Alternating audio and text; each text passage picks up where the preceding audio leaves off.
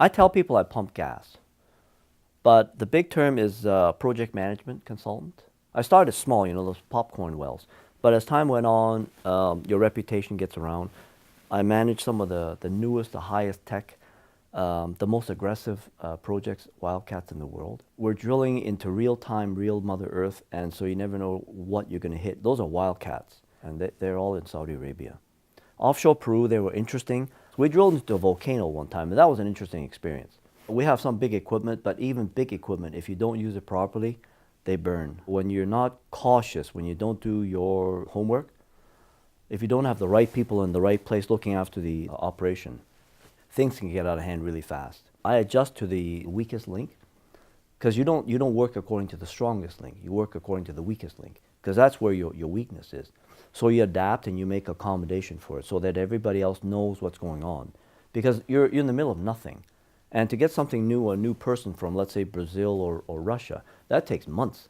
So if this is the person you got, this is the equipment you have, this is the situation you have, that's what I work with.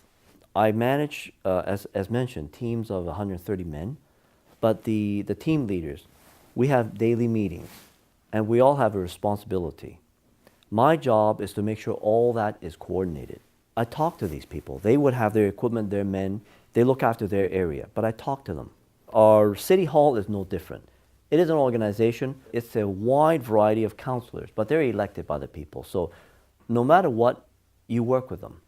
However, whatever the temperament, whatever their idiosyncrasies, you have to adapt to that. You can't just say, I don't like the way he does this or she does that. I don't like him, I won't work with him. No, you have to involve that particular person because that person represents a ward and they have their passion about certain issues. And you have to understand what is their drivers, what's making them concerned about something. So that's why it's no different than managing an organization elsewhere. Council is an organization, no more, no less. It's a group of people wanting to get something done.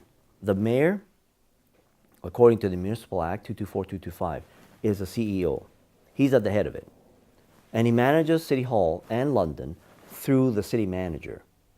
And then the third part of the triangle are the councillors.